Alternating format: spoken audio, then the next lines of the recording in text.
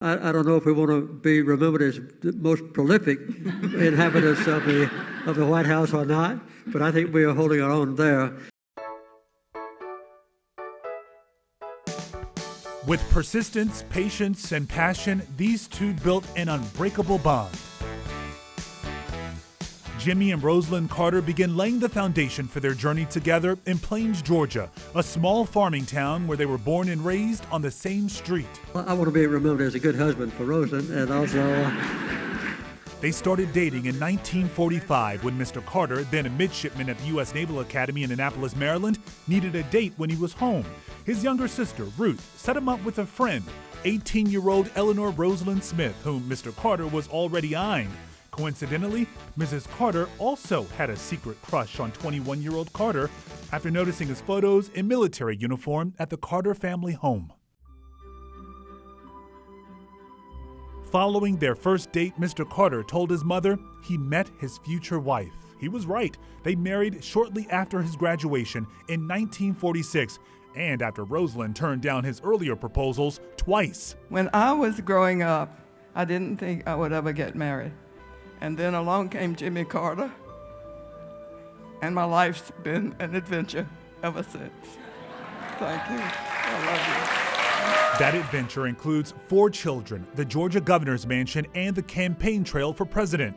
President Carter called Mrs. Carter his secret weapon. I, Jimmy Carter, do solemnly swear. I, Jimmy Carter, do solemnly swear. In the White House, the two worked together, focused on human rights, global peace efforts, and mental health awareness. I think the favorite thing we had was a family life that we had in the White House.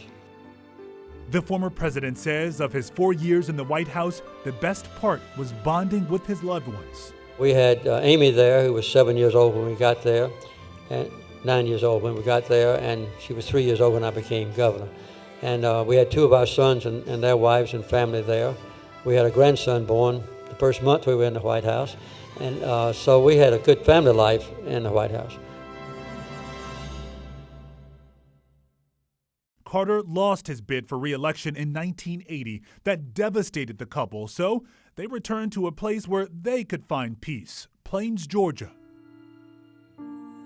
With the framework of their lives securely fastened, the Carters grew closer, bonding in service.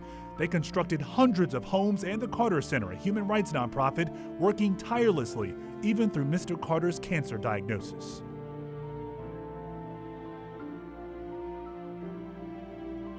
What's going to be next? Well, one thing I know, it'll be something, because Jimmy Carter's miserable if he's not doing something. Mr. Carter described their marriage as a full partnership. The best thing that ever happened to me was marrying Rosalind.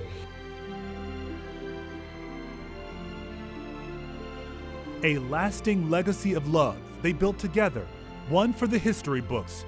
Hometown sweethearts turned the longest married presidential couple. To my wife, Rosalind, I want to express a particular gratitude for being the right woman that I chose for my wife.